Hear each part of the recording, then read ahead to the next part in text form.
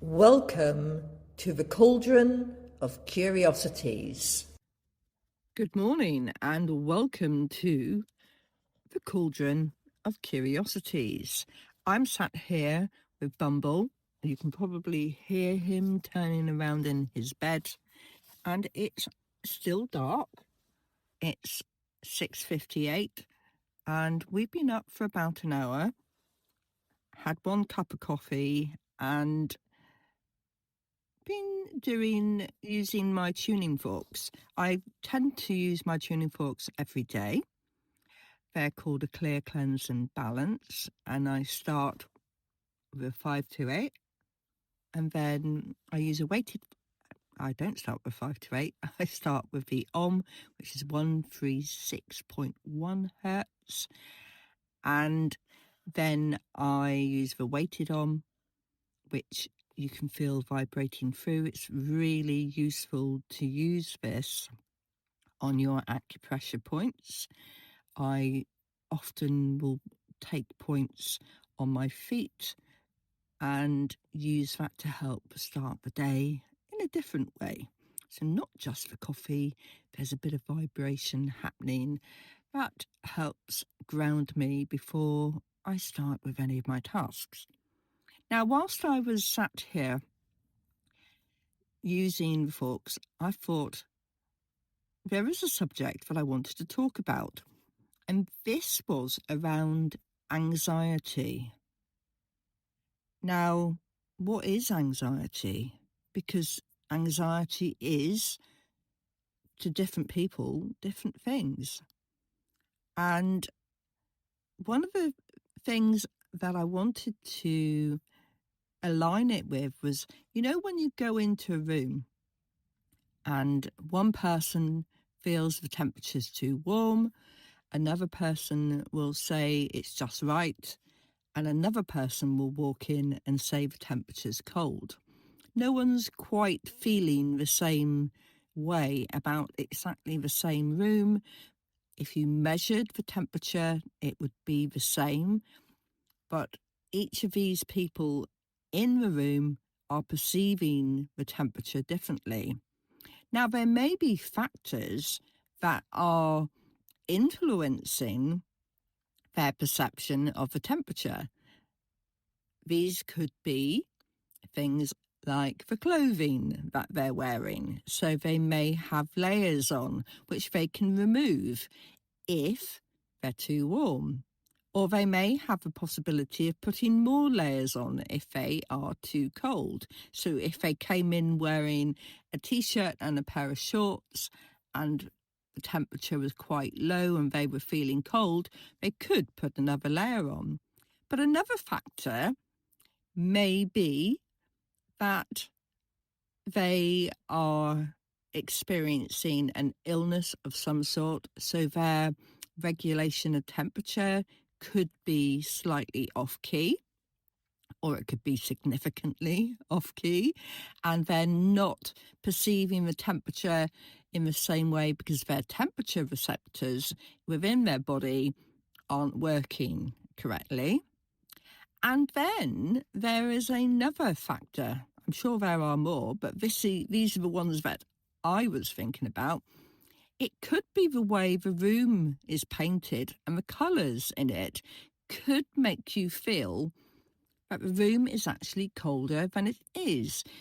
So imagine you go into a room that's painted a cool blue colour and there's an unlit fire in the corner.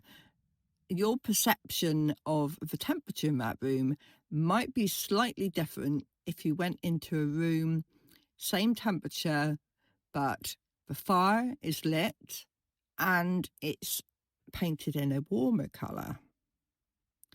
So those are things to think about when we're thinking about people's perceptions, because we all come from these points of view in completely different angles. And I believe that this is the same with anxiety. Some people are willing to dig into where does this anxiety come from. And they might actually go and have therapies where they work through where did this anxiety start. And other people may work for it themselves through journaling and self-help books. But some people are tied up. They're in a cage of their anxiety and they're unable to work through that.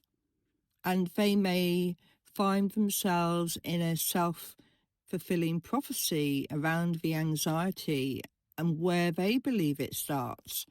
And it just keeps on a perpetual loop where they never feel that they're moving forward. And that's why, personally, I do think that it would be helpful if you could find out, where did this start? Do you know when the anxiety started? There's a lot of words around anxiety and using the word trigger, what triggers an anxiety, and we know that trigger means it sets it off. Some people don't like the word trigger because they think about what it also means. So when we think, when that wave of anxiety or anxiety attack happened, where were you and what was going on? I remember when I was 20, I blacked out. I was walking through a petrol station at the time, keeping off the road, and everything went black. And when I went to see my GP at the time, he believed that it was because I was trying to come to terms with all the changes that had been happening in my life. I just got married. I had been placed in an area where I was with lots of people that I wasn't used to, and everything was new, and I was expected to live up to a certain standard of behaviours, and I was struggling with all of it.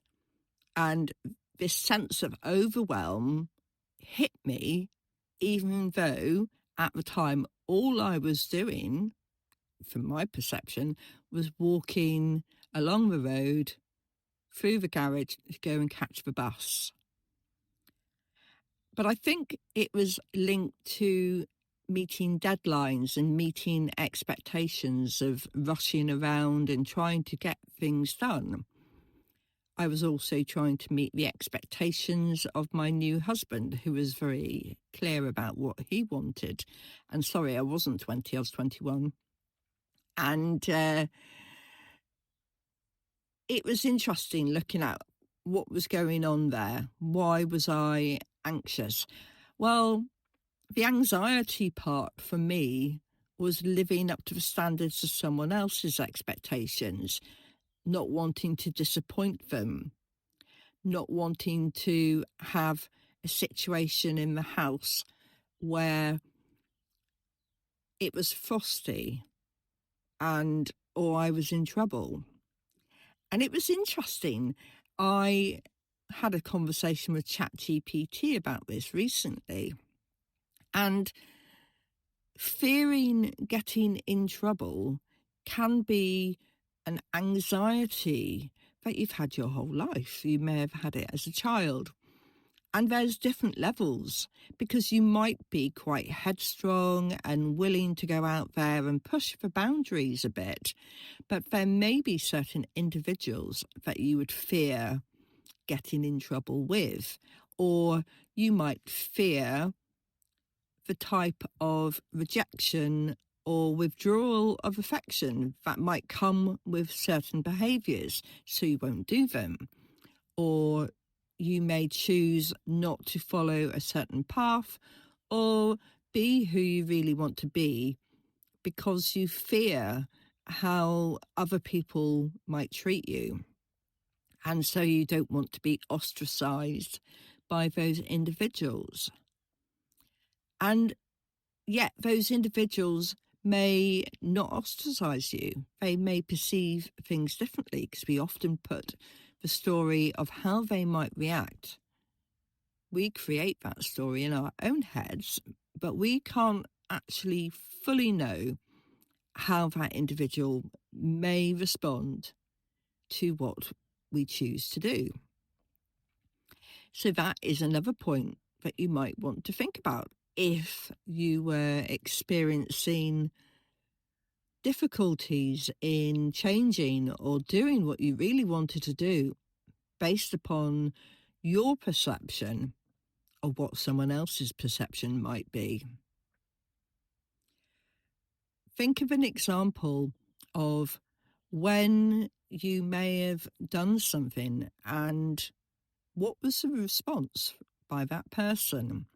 How did you know that you had displeased them? I used to look back, and the displeasure that I would experience was being ignored or not being heard. And that then spiraled itself. So if I sent someone a message and they didn't respond, I would think I had done something wrong, that I was being ignored because I was doing something incorrectly, or that they were displeased with me. And this later became an issue for me with social media because the lack of interaction fed into this fear of being ignored, of being emotionally rejected, and I struggled with that. And I found the easiest thing for me was to not go on social media so much because it was feeding into the monster of feeling rejected. And yet, if I spoke to a logical person, they would quite quickly point out to me, well, the person may not have responded because they might have forgotten, or they may have decided they would do it later because when they were less busy, and you're expecting a response straight away. Because, of course, we're in a world, aren't we, where everybody's got the capacity to respond immediately. We're on the end of a phone permanently unless you turn your phone off and walk away from it. But that creates expectations in other people and can add into our own perception that no one's communicating with us, because there is a possibility that if people wanted to talk to us, they could, couldn't they? I watched, there was an old man in the pub yesterday, and the phone rang in the pub, and the barmaid called out the name of an individual, and it turned out it was this man's wife, and she wanted to know if he was in the pub. And the barmaid confirmed, yes, he was there. And was he allowed to have another pint before he went home? And I have to say, going down off on a tangent, I thought it was interesting that he needed permission to have another pint. Surely he should be okay to have another pint if he wanted to. And I then later observed that he took a mobile phone out of his pocket. And I can only assume, because I don't know this because I didn't ask, that he had turned his phone off or it was on silent. And I did wonder how many times his wife had called him on his mobile phone before she rang the pub to find out where he was.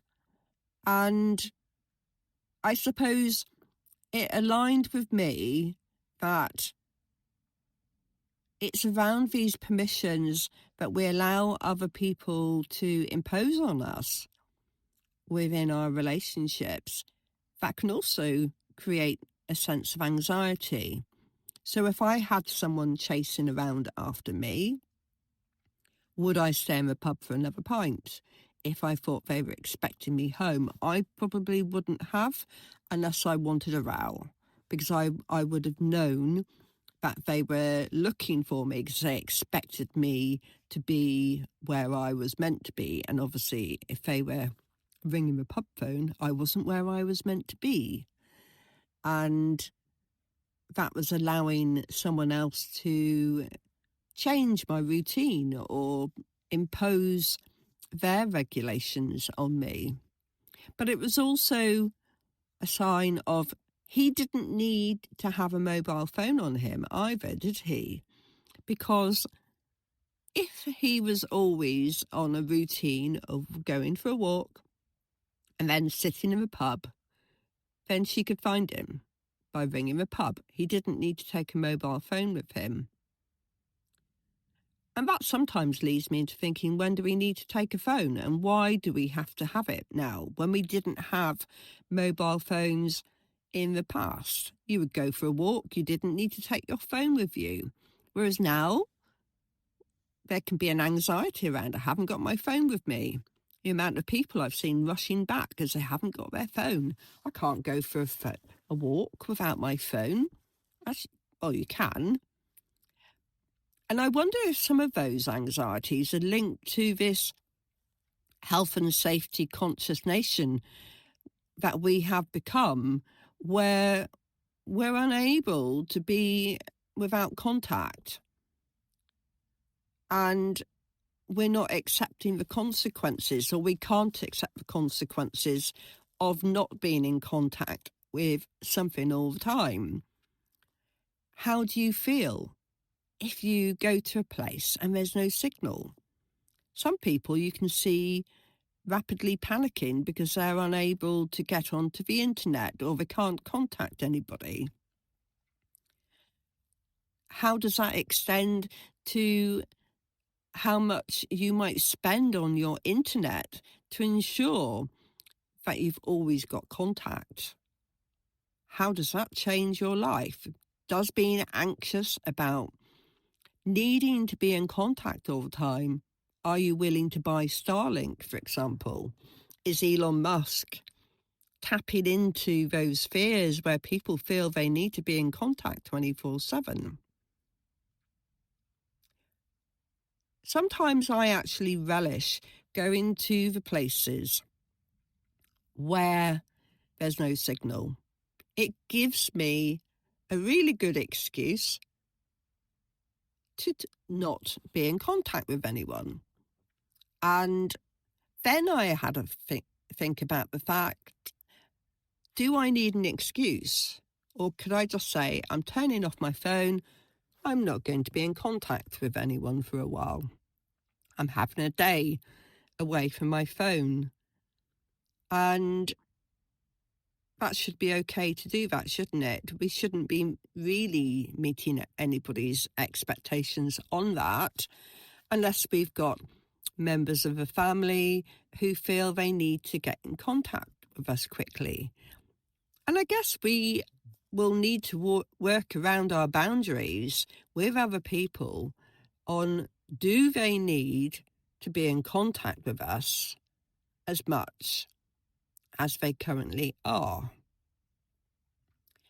Put it into the context of how it used to be before we had mobile phones.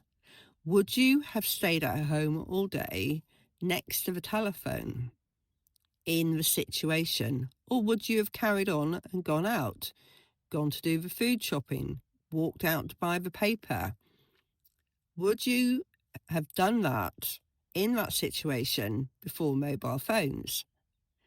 Because I think it's about placing yourself within the boundaries of what is really going on logically and allowing yourself the freedom and not being anxious about carrying the phone.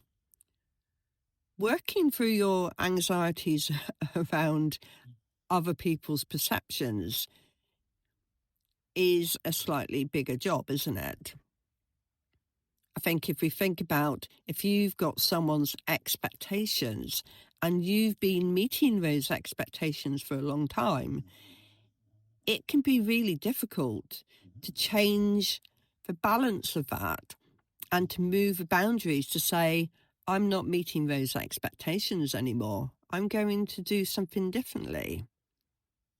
So how do we go about that without causing confrontation or causing hurt? I would recommend sitting down and having a good think, maybe using your journal to go, is this change something I really want? Does it come from the heart? And as I was listening the other day to a TikTok short, you can do this from a place of love. So if you were carrying out your changes with love at the center of what you were doing, what would it look like? And how would love change the way that you're going to do it? And I guess we could do that with other parts of when we're exploring and we're journaling any changes or things that we want to do differently. Even going back to finding out, where did this anxiety come from? According to Gabor Mate, quite a lot of our perceptions and anxieties can come from our relationships when we're small children or babies and we're unable to communicate. And this often comes from our sense of safety and feeling protected by the person who's there in the room with us. And look at, what do babies generally need? They need to be at a constant temperature. They need to feel warm. They need to have their tummies fed. They need to be dry. They need to have their bottoms cleaned and not be left in a dirty nappy. And they're quite simple needs, aren't they? But when we look at people who have anxieties related to relationships, we may find that there are moments in their lives where they may have been gently neglected. Maybe they weren't picked up and cuddled because the theme of the time was not to pick babies up, it was to leave them to cry. And what was the impact of that? If you felt you were being ignored, and the impact later on in life. But what about if you noticed that the person who should have been looking after you wasn't paying you any attention at all? Or maybe they left the room and left you in the room alone while you were awake. And you may have realised that you needed to keep your eyes open and watch. And you may have learnt to keep your eyes open and watch for how this person reacted to you. And this aligns with how we then later develop an element of hypervigilance. And other events can happen to magnify that effect. But one of the sources of hypervigilance is when there is parental neglect and a child realizes, or a baby realizes, that its protection and sense of self has to come from within. It's got to look after itself because the person who is there in the room with them or isn't in the room with them isn't doing it for them. And they know that they're unsafe because it feeds into the nervous system. Their nervous system recognises. So when they feel cold and they aren't made to feel warm again, that will have an impact. And there's a series of things that you can do to explore that. certainly through psychotherapy, and looking at, was it a relatively simple experience, as in the person was there all the time, but they were constantly busy and not hearing you? So does that mean that you may struggle later on in life when people don't listen to you, and how that makes you feel? Your perceptions may change. Because as a baby or a small child, you wouldn't have known why that person was busy or distracted. They may have had mental health problems, but that doesn't change the impact that it had on you. Even if you can logicize it and go, I can understand why that person may not have given me the nurturing that I needed at that time. And there are a variety of things that you can do to work through that if that happened to you. Now, the reason I decided to talk about that, in addition to the other pieces, is because I had a very distant relationship with my own mother. And the family stories that I heard when I was a child was that she didn't spend that much time with me and wasn't responsive to me as a baby or as a small child, and would often walk off and leave me. And there were a few incidents that happened. So generally, I wasn't safe. And that would have created a situation that set off my hypervigilance, which taps into my autonomic nervous system. And what I didn't realise, but it was only through analysis, is this type of hypervigilance meant that if I felt unsafe or something happened in my life to make me feel out of kilter, I would get an adrenaline spike.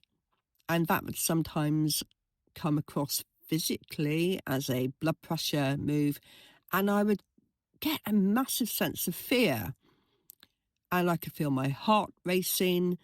And sometimes I would respond irrationally to that, and I would get angry as a result of that piece. So I would appear to be a relatively calm person trotting along, and then the fear element would kick. It would be like somebody firing a catapult stone at me. Ping, you're not safe. You've got your boundaries are left down.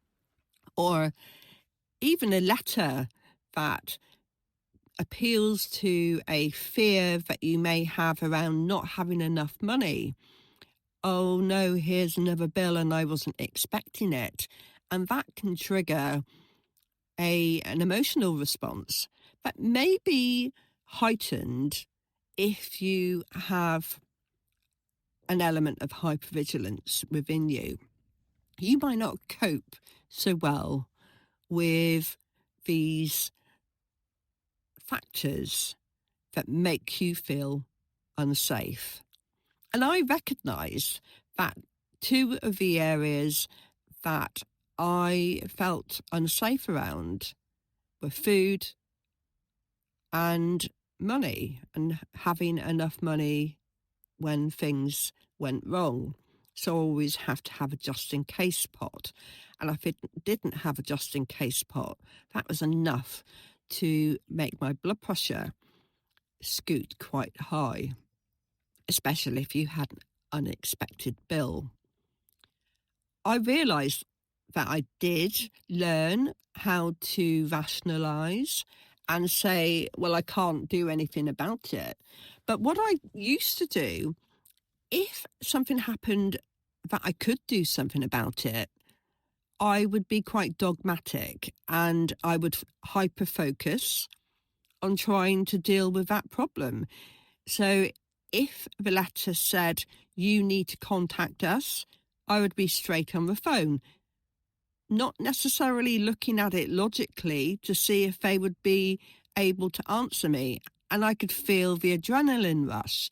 and the panic as I was trying to contact the telephone number that I had been given. But the logic of it sometimes was, well, the telephone line closed at 8 o'clock and you're ringing at 9 o'clock because you got home from a late shift. Now, I was able to turn that around on its head sometimes and say, I'm not going to open my mail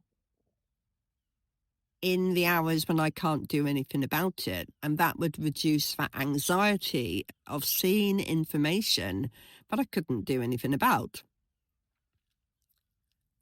But that can move even wider, can't it? Because we watch the news, or we might receive messages through social media that we aren't able to respond to in the way that we would like to, or we can't do anything about it. And that will also create an adrenaline spike, or we may become hyper-focused about trying to fix it if we think there's some capacity within us to be able to sort things out.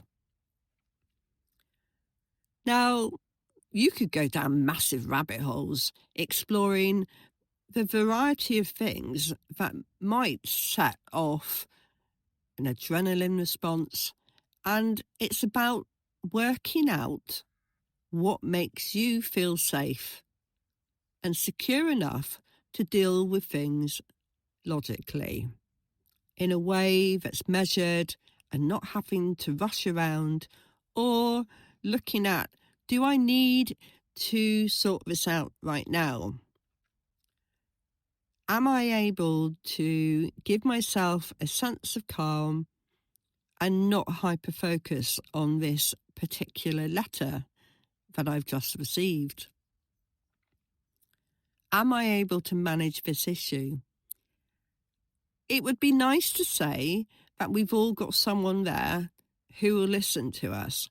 And having someone to hear us without prejudice is a beautiful thing that we should take advantage of if we can, if a situation like that comes along.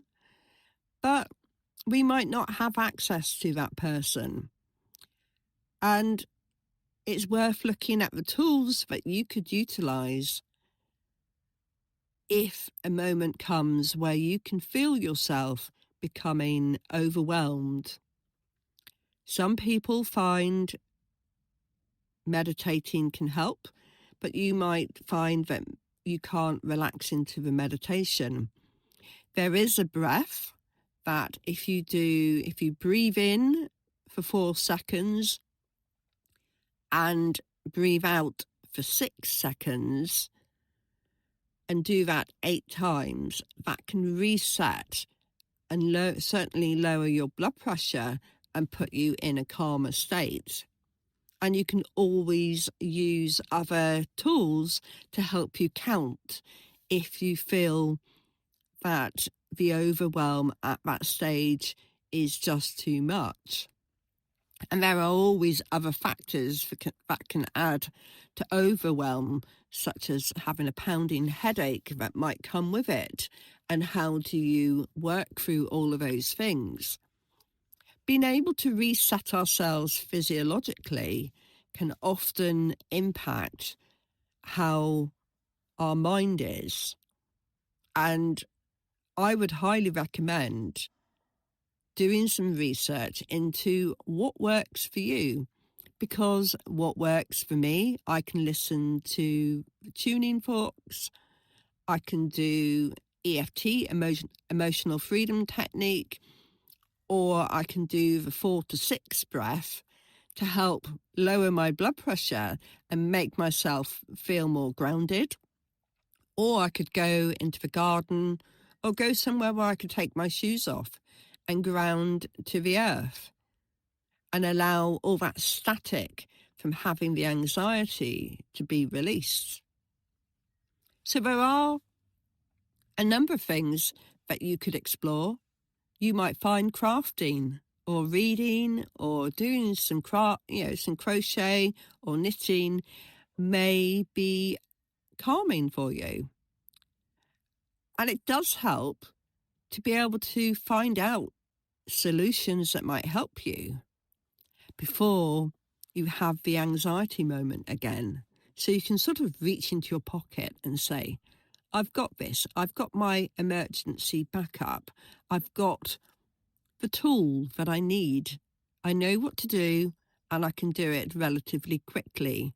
And it doesn't necessarily mean diving into the hyper-focused tunnel looking for the rabbit that might not actually need to be caught that day. If you have any questions or you'd like to talk to me in my role as a coach, then contact me at info@thedandelion.co.uk. Have a marvellous magical day. Thank you for listening to this episode of the Cauldron of Curiosities. If you enjoyed this dip into folklore, don't forget to follow the podcast, share it with a friend, and keep your lantern handy for the next curious tale.